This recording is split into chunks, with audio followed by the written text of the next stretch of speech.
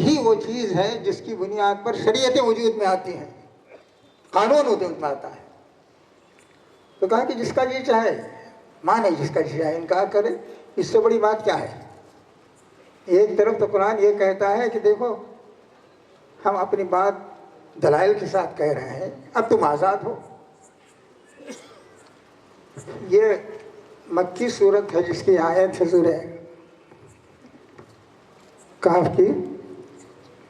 لوگ کہتے ہیں کہ مکے میں ایسی باتیں کی جاتی تھیں، اقتدار جب ملا تو مسلمانوں کا رنگ بدل گیا، لیکن وہاں بھی یہی بات کہی گئی کہ لا اکراہ فی الدین قد تبین الرشد من الغی۔ میں کہتا ہوں کہ بھائی حکومت اور اقتدار پانے کے بعد یہ اعلان کرنا کہ دین میں کوئی جبر نہیں ہے، دنیا میں اس کی کوئی مثال نہیں ہے۔ اللہ کا دین آیا اور اس نے کہا لا اکراہ فی الدین، کوئی جبر نہیں ہے، کوئی جبر نہیں ہے۔ طاقت ہے، اقتدار ہے، حکومت ہے، لیکن اعلان یہ کیا جا رہا ہے لا اکراہ فی الدین، دین میں کوئی جبر نہیں ہے۔ قد تبین الرشد من الغی، سیدھا راستہ کیا ہے، غلط راستہ کیا ہے، یہ تو ہم نے بتا دیا۔ فمن یکفر بالطاغوت ویؤمن باللہ فقد استمسک بالعروۃ الوثقی لا انفصام لہا واللہ سمیع علیم۔ اب جو شخص اس حق کے آنے کے بعد اگر آدمی خدا کے دشمنوں سے کنارہ کشی اختیار کرتا ہے اور اللہ پر ایمان لاتا ہے تو اسے ایک مضبوط رسی مل جائے گی۔ وہ مضبوط رسی کیا ہے؟ اللہ کی کتاب مل جائے گی، جسے ختم نہیں کیا جا سکتا۔ رسی اس لیے کہا گیا کہ اللہ کی رسی ہے، یہ انسان کے ہاتھ میں ہو تو یہ اللہ تک پہنچ سکتا ہے۔ تو فرمایا کہ اللہ تعالیٰ دیکھنے والا، سننے والا ہے، جاننے والا ہے، کوئی زبردستی نہیں رکھی ہے۔ اقتدار میں آنے سے پہلے بھی اسلام کا یہی موقف اور اقتدار میں آنے کے بعد بھی اسلام کا ہی موقف۔ میں نے کئی جگہ تقریروں میں کہا تم کہتے ہو کہ محمد صلی اللہ علیہ وسلم اقتدار میں آنے کے بعد بدل گئے، میں نے کہا صرف اس بات کا جواب دو کہ اقتدار میں آنے کے بعد کیا یہ اعلان نہیں کیا کہ لا اکراہ فی الدین، کوئی جبر نہیں ہے، زور زبردستی نہیں ہے۔ لا اکراہ فی الدین کا مطلب یہ بھی ہے اللہ تعالیٰ نے انسان کو مجبور نہیں پیدا کیا ہے۔ مجبور پیدا کرتا تو جانوروں کی طرح اللہ کے قانون کا انسان کو بھی پابند بناتا، اور یہ بھی مطلب ہے اس کا کہ اللہ کے دین کو اختیار کرنے کا حق اسے ملا ہے، چاہے اختیار کرے نہ کرے۔ اور جو آدمی اللہ کے دین کو قبول کرے گا وہ کامیاب ہوگا، جو اللہ کے راستے سے ہٹے گا وہ ناکام ہوگا۔ میرے دوستوں اور ساتھیوں، ہماری خواہش، ہماری کوشش یہ ہے کہ جو کانسٹیٹیوشن یہاں کا ہے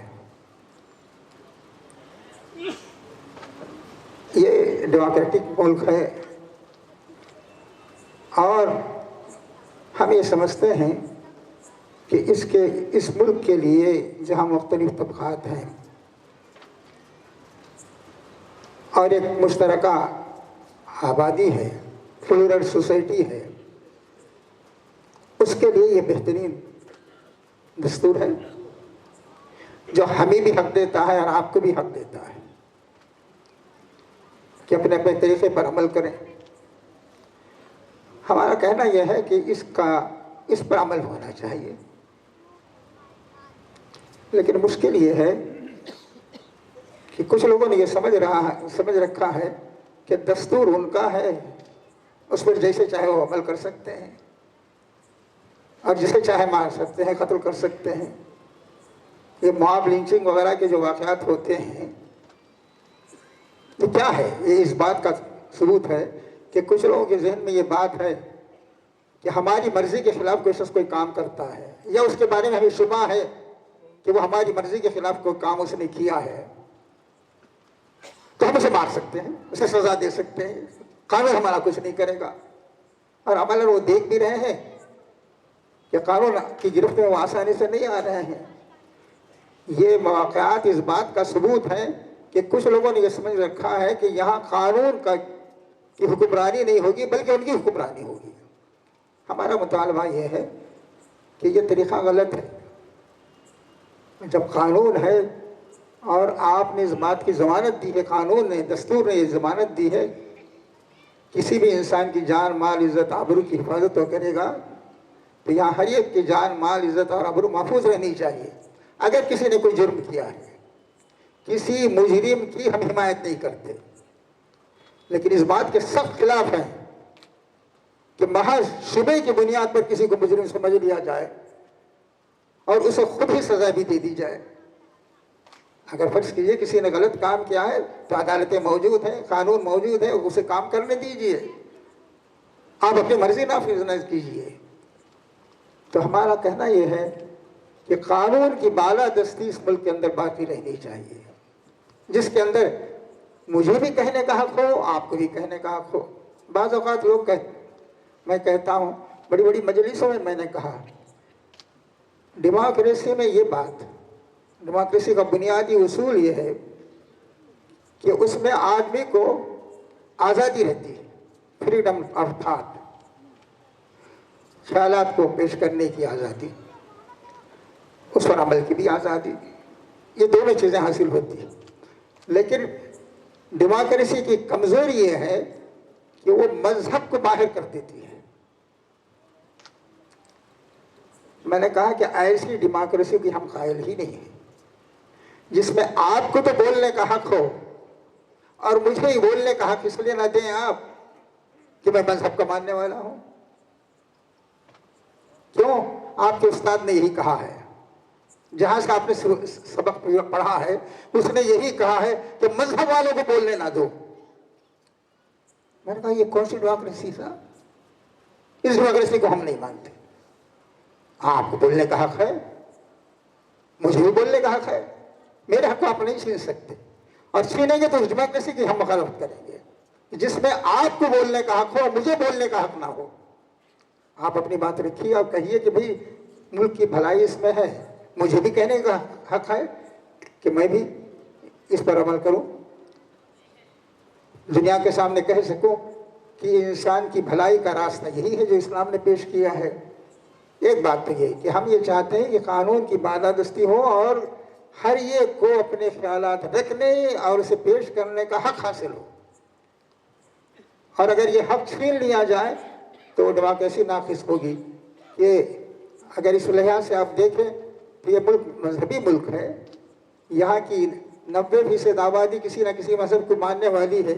یہ اور بات ہے کہ وہ کوئی مذہب اس حیثیت سے سامنے نہیں آتا سوائے اسلام کے جو یہ کہتا ہو کہ تمہارے مسائل کا حل بھی اسلامی میں ہے یا اپنے ہمارے مذہب میں ہے۔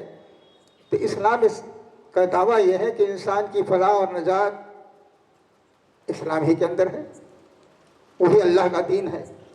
تو ہمارا کہنا یہ ہے کہ یہ صورتحال بدلنی چاہیے اور آدمی کو اپنے خیالات رکھنے، دنیا کے سامنے اور اس میں گفتگو کرنے کا موقع ملنا چاہیے تاکہ معلوم ہو کہ آدمی کون سا راستہ صحیح ہے، اس کے مطابق وہ فیصلہ کر سکے۔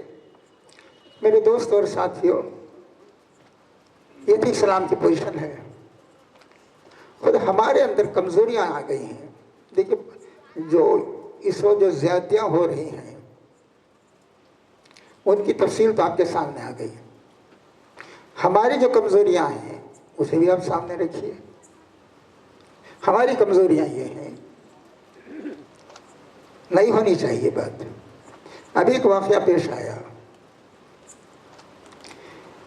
کہ کچھ لوگوں نے کہا کہ تمہاری جان، مال، عزت، آبرو کو اگر محفوظ رکھنا ہے، نہیں قریب کا واقعہ ہے، تو تمہیں ہندو مذہب اختیار کرنا ہوگا۔ مسلمان رہتے ہوئے تمہاری جان، مال، عزت، آبرو محفوظ نہیں رہے گی۔ یہ سراسر غیر دستوری بات ہے، اور ہمارا ایمان اتنا کمزور نکلا کہ ہم نے کہا کہ آج سے ہم ہندو ہو رہے ہیں۔ خدا کا غضب نازل ہوگا اس پر. اس امت کے ایمان کا یہ حال ہے کہ جان مال عزت آبرو کے ڈر کے مارے وہ اپنا ایمان چھوڑنے کے لیے تیار ہو گئے. خفیہ باتیں تو ہوتی تھیں، علل اعلان اس سے پہلے یہ بات نہیں ہوئی. اس کا مطلب یہ ہے کہ ایمان ہمارا کتنا کمزور ہے. ان لوگوں کا بھی کمزور ہے جن کی یہ حرکت ہے. اتنا کھل کے آزادی کے بعد اعلان ایسا نہیں ہوا. خفیہ طور پر تو لوگ مرتد بھی ہو گئے ہیں. پارٹیشن کے بعد ارتداد کا فتنہ بہت پھیلا ہے. یہاں علی گڑھ کے قریب متھرا والا کے آس پاس کے علاقے میں اب بھی ایسے لوگ موجود ہیں جو اس زمانے میں مرتد ہو گئے تھے. لیکن یہ بات کہ علل اعلان کچھ لوگوں نے کہا ہو کہ تمہاری جان مال عزت آبرو اسی وقت محفوظ رہے گی جبکہ تم ہندو دھرم اسلام کو چھوڑ دو گے، ہندو دھرم اختیار کرو گے، اور ہم نے اختیار کر لیا. اور موجودہ حالات میں تو یہ ان کے ایمان کی کمزوری بھی ہے اور ہماری کمزوری بھی ہے. ہم ان کو سمجھا نہیں سکے کہ اسلام کے لیے آدمی جان دے سکتا ہے، اسے انحراف نہیں کر سکتا. یہ خطرہ کہ تمہاری جان چلے جائے گی یہ صحیح نہیں ہے. پھر میرے دوست اور ساتھیوں، اس وقت صورتحال یہ ہے لو میرج کے نام پر شادیاں ہو رہی ہیں اور گورنمنٹ اس کو جائز بھی قرار دے رہی ہے. اور آپ اور ان کی جو نسل پھیلے گی اسے بھی وہ جائز نسل قرار دیتی ہے. قانون بھی سے جائز قرار دے رہا ہے. اس وقت صورتحال یہ ہے بڑے بڑے شہروں میں اور بعض مقامات پر قصبات میں، یونیورسٹیوں میں اور ملٹی نیشنل کمپنیاں میں جہاں ملازمتیں لڑکے لڑکیاں کر رہے ہیں، مسلمان لڑکیاں غیر مسلموں سے شادی کر رہی ہیں. شادی نہیں کرتے، ساتھ رہ رہے ہیں. ان کو اس کی اجازت ہے، قانون کی گرفت نہیں کرتا، اور ماں باپ اسے برداشت کر رہے ہیں. جبکہ قرآن کا حکم یہ ہے کہ کسی مشرک مرد سے شادی مسلمان عورت کی نہیں ہو سکتی.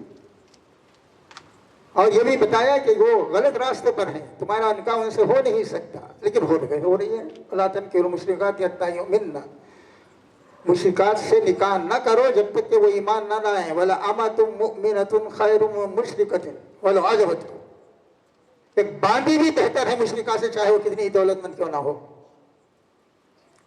لیکن ہمارے یہاں شادیاں ہو رہی ہیں اور یونیورسٹی میں ساتھ پڑھ رہے ہیں. بڑے شہروں میں عام حال ہے، آپسی میں دوستی ہو جاتی ہے، ماں باپ کو تک پتہ نہیں چلتا کہ کیسے ساتھ رہ رہے ہیں، برسوں سے ساتھ رہ رہے ہیں، تعلقات بعد میں معلوم ہوتے ہیں. تو اس کا مطلب یہ ہے کہ خود ہمارے اندر بگاڑ آ رہا ہے. اور اس طرح کی جو خرابیاں ہیں وہ دور ہو سکتی ہے جبکہ آپ اسلام کا شعور ان کے اندر بیدار کریں. ملک کے اندر جو ظلم ہے، زیادتی ہے،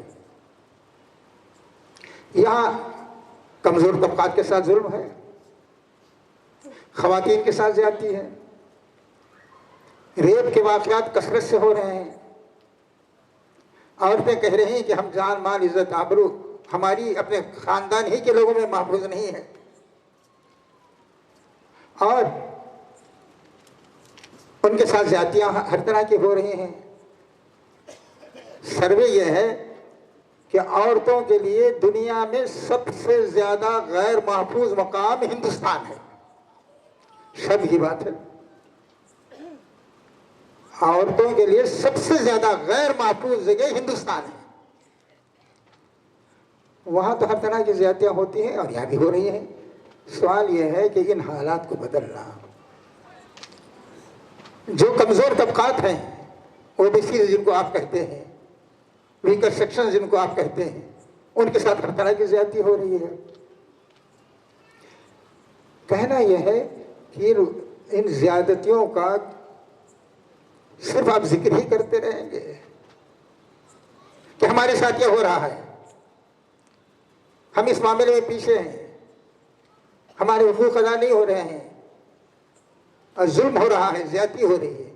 میرے دوست اور ساتھیوں، یہ آپ کا کام ہے کہ آپ ظلم کے خلاف کھڑے ہو جائیں۔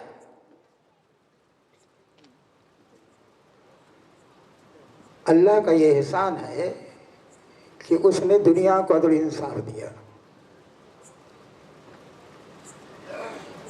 اور انصاف قائم کرنے کے لیے ایک امت کھڑی کر دی۔ کونوا قوامین بالقسط شہداء للہ، ایک پوری امت کھڑی کر دی انصاف قائم کرنے کے لیے۔ میرے دوست اور ساتھیوں، اگر یہ امت انصاف کے لیے کھڑی ہو جائے تو پھر ظلم ہو سکتا ہے۔ آپ کہتے ہیں کہ ہم سینسس کہتے ہیں کہ آپ 14-15 کروڑ ہیں، آپ کہتے ہیں کہ 20 کروڑ ہیں۔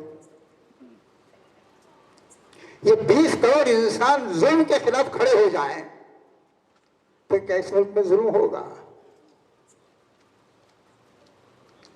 نہیں، 20 کروڑ نہیں، 10 کروڑ کھڑے ہو جائیں، 5 کروڑ کھڑے ہو جائیں،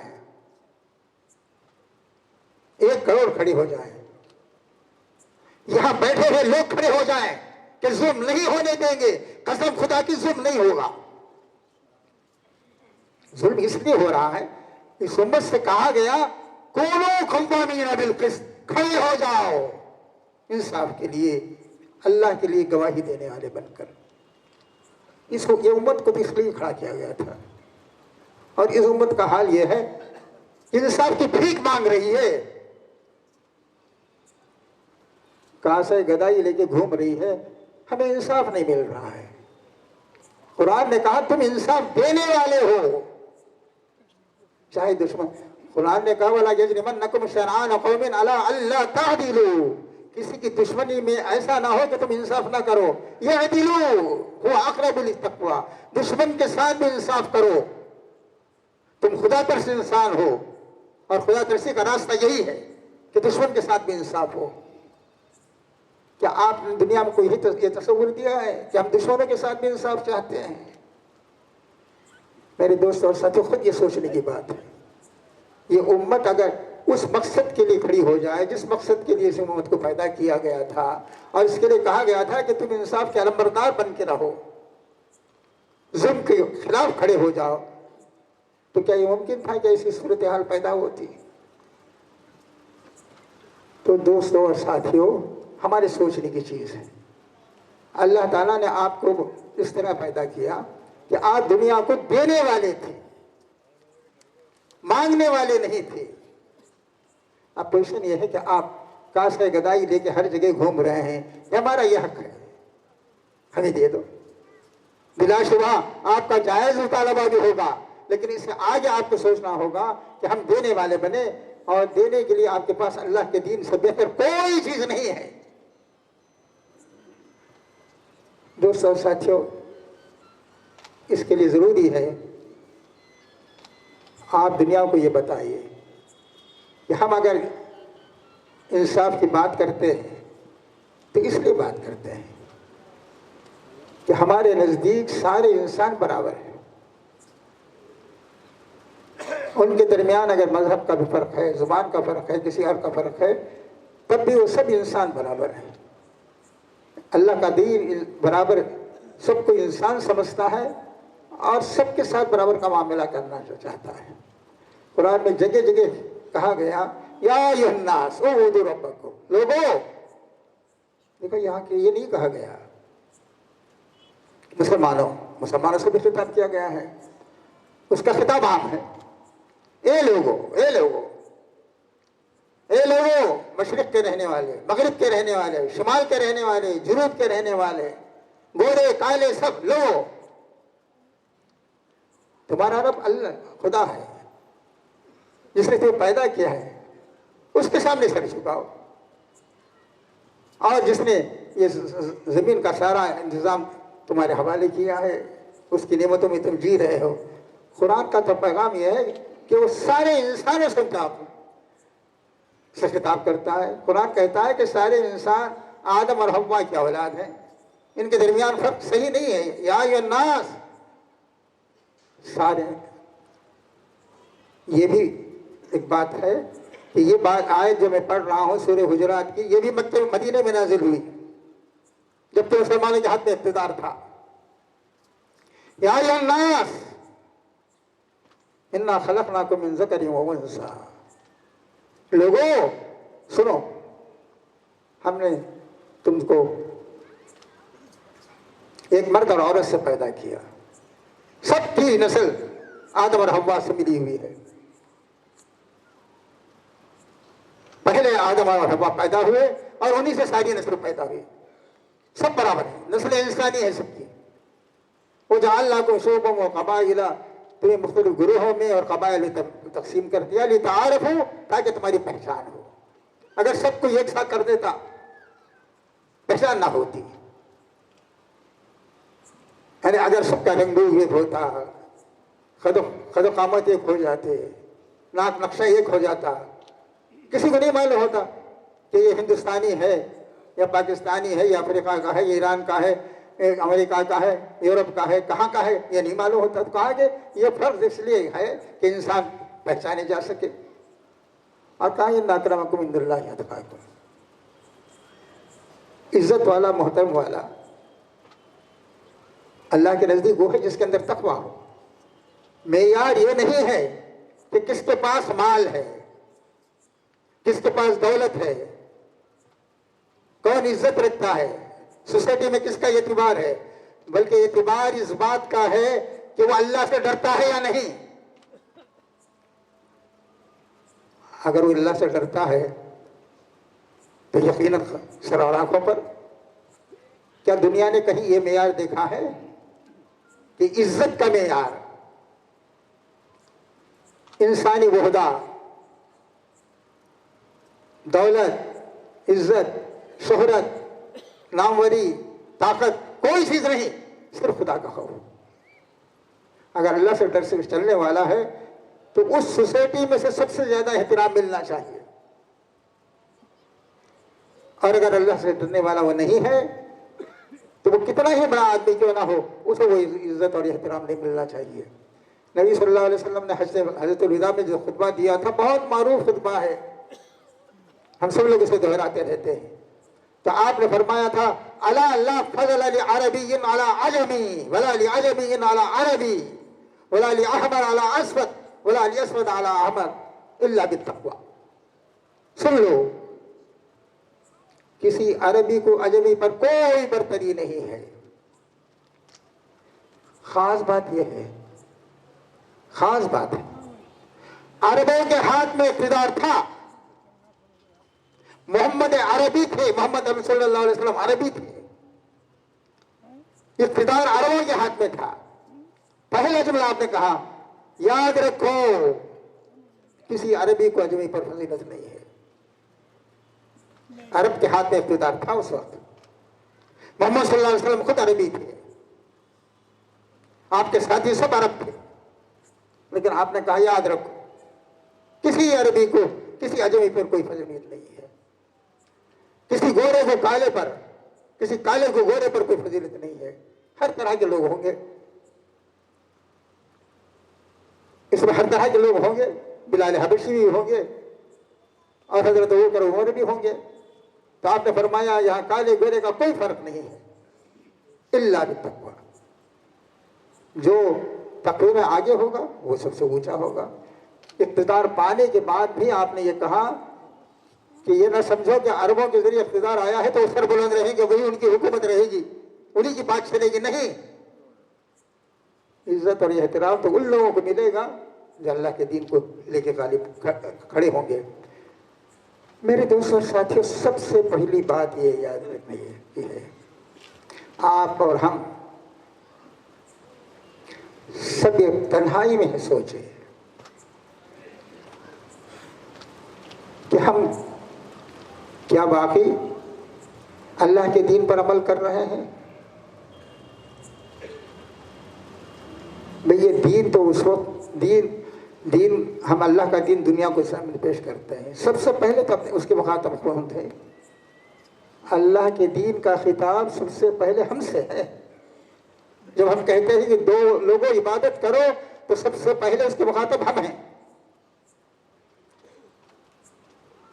ہم یہ تو کہتے ہیں کہ صاحب ہمارے پرسنل لا پر زیادتی ہو رہی ہے، کس سلسلے میں زیادتی ہو رہی ہے، تو کیا پرسنل لا پر ہم خود عمل کر رہے ہیں؟ اللہ تعالیٰ کے جو احکام ہیں اس کو کیا ہم پابند ہیں؟ میرے دوست اور ساتھیوں، یاد رکھیے جن چیزوں میں آپ کا اختیار ہے اس کے بارے میں اللہ تعالیٰ ضرور سوال کرے گا کہ ان باتوں میں تو تمہیں اختیار حاصل تھا، کس نے تمہیں نماز روزے کی پابندی سے روکا تھا؟ کس نے تمہیں اپنے مال سے زکوٰۃ نکالنے سے روکا تھا؟ کس نے اپنے کاروبار کو صحیح طریقے سے چلانے سے روکا تھا؟ کس نے تمہارے گھر کو اسلامی گھر بنانے سے روکا تھا؟ یہ اللہ تعالیٰ کیا سوال ہوگا، اور اس کا جواب دیے بغیر ہم آگے نہیں بڑھ سکیں گے. ہمارے اور آپ کی سوچنے کی چیز یہی ہے کہ جس دین کو دے رہے ہیں خود اس کا نمونہ بنے، خود اس پر عمل کر کے دکھائیں، تبھی گویا دنیا اس کی طرف متوجہ ہوگی. اور دوسرا کام یہ ہے، دنیا کو یہ بھی بتائیے یہ دنیا صرف یہی دنیا نہیں ہے. دنیا یہی دنیا نہیں ہے، اس کے بعد بھی ایک دنیا آنے والی ہے. انسان کی کمزوری یہ ہے کہ وہ صرف دنیا ہی کو دیکھتا ہے.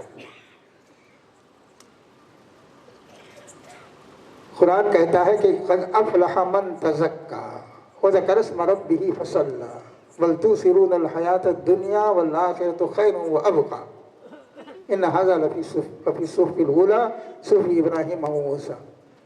آدمی کامیاب ہو جائے گا، ہو گیا وہ شخص جس نے اپنے آپ کو بنا سنوار لیا. اور اس کے بعد کہتا ہوں کیسے بنا سنوار لیا؟ وہ ذکر اسم ربہ فصلی، اللہ کو یاد کرنے لگا، نماز کا پابند ہو گیا. آدمی کے پاک صاف ہونے کا کی پہلی پہچان یہ ہے کہ وہ اللہ کو یاد کرنے لگے، ہر وقت اللہ کو یاد کرے، اٹھتے بیٹھتے سوتے جاگتے ہر وقت اللہ کو یاد کرے. اللہ کو یاد کرنے کا مطلب یہ ہے سبحان اللہ الحمدللہ یہ بھی ہے، اور یہ بھی ہے کہ اس کا حکم کیا ہے. الذین یذکرون اللہ قیاما وقعودا وعلی جنوبہم. اللہ کے نیک بندے وہ ہیں جو رات یاد کرتے ہیں اللہ کو، کھڑے ہو کر، بیٹھے ہوئے، لیٹے ہوئے، ہر وقت یاد کرتے ہیں اللہ کو. تو کہا کہ وہ شخص کامیاب ہو گیا، مراد اس نے پالی اپنی، جس نے اپنے آپ کو سنوار لیا اور اللہ کو یاد کرنے لگا، نماز پڑھائی. اس کے بعد فرمایا مشکل یہ ہے کہ دنیا تم پر چھائی ہوئی ہے، دنیا چھائی ہوئی ہے، بل تؤثرون الحیاۃ الدنیا، تم تو دنیا کو ترجیح دے رہے ہو اور اس حقیقت کو بھول گئے. والآخرۃ خیر وابقی، آخرت ہی بہتر چیز بھی ہے، باقی رہنے والی ہے. اس حقیقت کو انسان بھول گیا ہے، اور یہی حقیقت ہے جو یاد دلانے کی ہے اور یاد رکھنے کی ہے.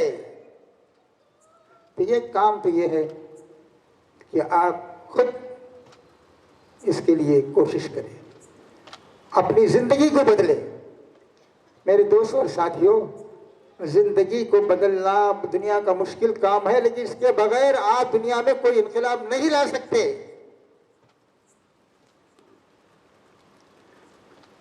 مخالفین ہمارے اسلام کی تعلیمات کو بدنام کر رہے ہیں، زبانی تقریریں کر کے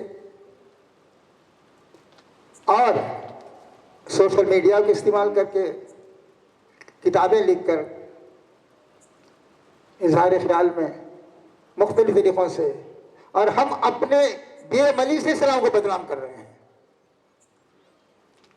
تو میرے دوست سمجھتے ہیں یہ کام یہ ہے کہ ہم اپنی زندگی کو بدلیں. اور دوسرا کام یہ ہے کہ دنیا کو یہ بتائیے کہ یہ دنیا ہی نہیں ہے، ایک وقت آئے گا اللہ کے سامنے پہنچیں گے۔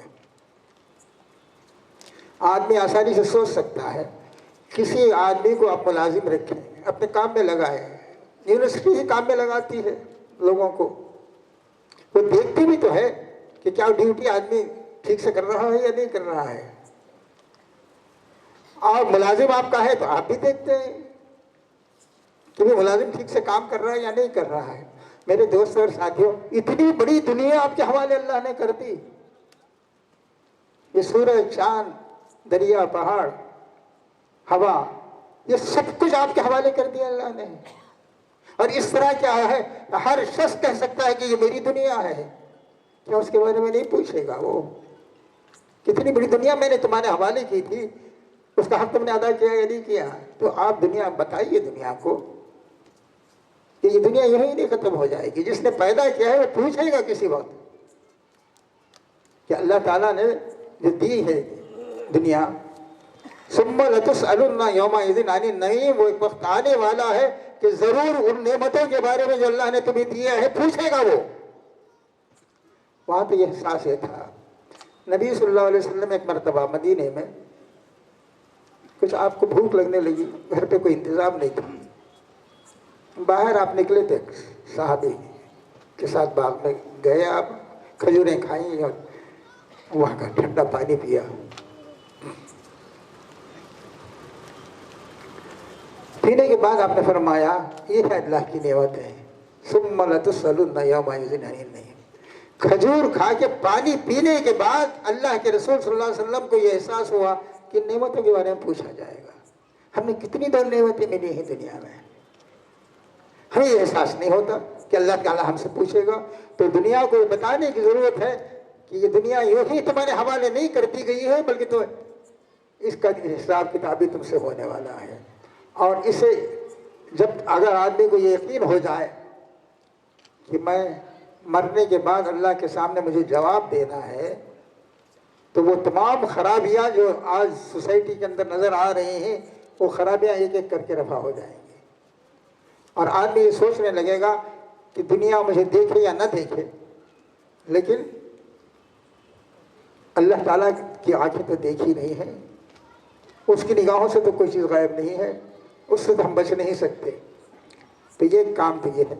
دوسرا کام یہ ہے کہ اللہ کے دین کو پہنچائیے دوسروں تک۔ جب ہم سمجھتے ہیں کہ اسلام ہی میں نجات ہے ہماری، اللہ تعالیٰ بار بار کہتا ہے لوگوں کو بتاؤ واللہ یدعو الی دار السلام، جنت کا راستہ تمہیں دکھایا جا رہا ہے۔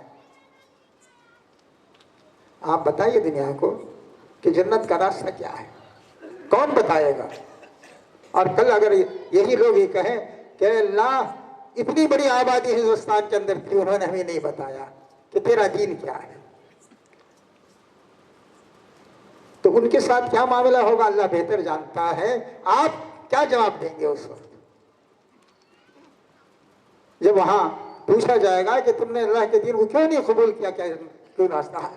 کہہ سکتے ہیں اے اللہ 20 کروڑ کی آبادی ہمارے درمیان تھی، کبھی انہوں نے ہم سے نہیں کہا کہ یہ اللہ کا دین ہے، اس پر تمہیں عمل کرنا چاہیے۔ تو آپ کوئی جواب دے سکیں گے؟ قرآن کہتا ہے، اللہ تعالیٰ کہتا ہے فَلَنَسْأَلَنَّ الَّذِينَ أُرْسِلَ إِلَيْهِمْ وَلَنَسْأَلَنَّ الْمُرْسَلِينَ۔ ایک وقت آئے گا کہ جن کے پاس پیغمبر آئے تھے ان سے بھی پوچھا جائے گا، اور رسولوں سے بھی پوچھا جائے گا۔ جن کے پاس رسول آئے تھے ان سے پوچھا جائے گا کہ رسول آئے تھے یا نہیں، ہدایت کا راستہ دکھایا تھا یا نہیں، رائے واضح کی تھی یا نہیں، اور رسولوں سے پوچھا جائے گا کہ تم نے یہ بات واضح کی تھی یا نہیں۔ اللہ کے رسولوں سے بھی سوال ہوگا، آپ سے سوال نہیں ہوگا۔ آپ تو رسولوں کے جانشین ہیں، اس امت کے جانشین، یہ امت پیغمبروں کی جانشین ہے۔ تو میرے دوست اور ساتھیوں، اللہ کے دین کو پہنچانے کی کوشش کیجیے، اور آخری بات یہ ہے اللہ سے آپ کا تعلق مضبوط کیجیے۔ مشکلات کا حل یہی ہے، سب سے بڑا حل ہے، نازک سے نازک مرحلے میں آپ اللہ تعالیٰ کو نہ بھولیں۔ اللہ تعالیٰ ہی سب سے بڑا ذریعہ ہے، اور اللہ تعالیٰ سے تعلق جتنا آپ کا مضبوط ہوگا انشاءاللہ آپ کی مشکلات بھی آسان ہوں گی۔ قرآن شریف میں جگہ جگہ یہ بات کہی گئی ہے کہ جہاں مشکلات ہوتی ہیں اللہ کے نیک بندے اللہ کی طرف رجوع کرتے ہیں. الذین اذا اصابتهم مصیبہ قالوا انا للہ وانا الیہ راجعون.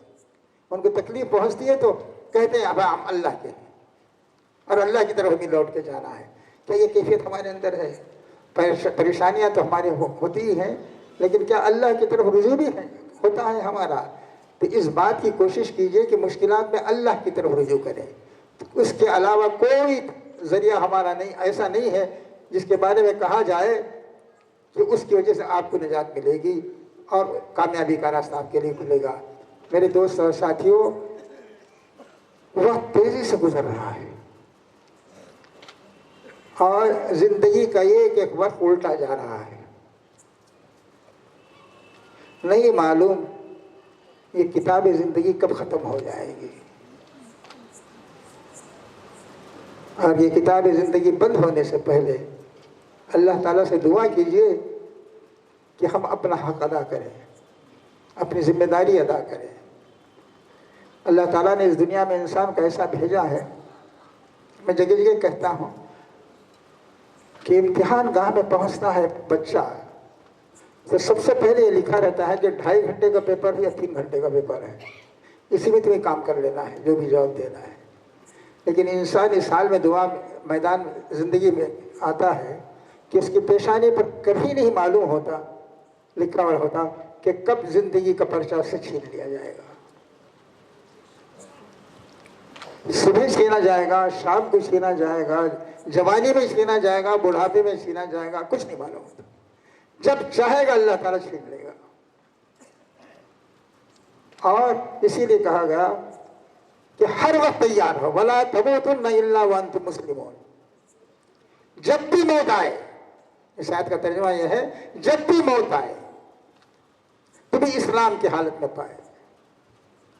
موت صبح بھی آ سکتی ہے، شام کو بھی آ سکتی ہے، بچپن میں بھی آ سکتی ہے، جوانی میں بھی آ سکتی ہے، بڑھاپے میں بھی آ سکتی ہے، دن میں بھی آ سکتی ہے، رات میں بھی آ سکتی ہے، امیری کی حالت میں بھی آ سکتی ہے، غریبی کی حالت میں بھی آ سکتی ہے. جب بھی آئے تمہیں اللہ خدا کا فرما بردار دیکھے. موت کا فرشتہ آئے تو کہے اللہ یہ تیرا فرما بردار تھا. وَلَا تَمُوتُنَّ إِلَّا وَأَنْتُمْ مُسْلِمُونَ. جب بھی موت آئے تمہیں مسلمان پائے، فرما بردار پائے. میرے دوست اور ساتھیوں، اللہ تعالیٰ سے اپنا تعلق اگر آپ مضبوط کریں گے، یقین جانیے کہ یہ مسائل بھی حل ہوں گے. اللہ سے بڑی طاقت کسی کی نہیں ہے. وہ جب مسئلہ آپ کے حل کرنا چاہے گا تو کوئی مسئلہ آپ کا باقی نہیں رہے گا. اللہ تعالیٰ سے دعا ہے کہ جو باتیں عرض کی گئی ہیں ان سے فائدہ اٹھانے کی مجھے بھی توفیق عنایت فرمائے اور آپ کو بھی اپنی توفیق سے نوازے. وآخر دعوانا ان الحمدللہ رب العالمین.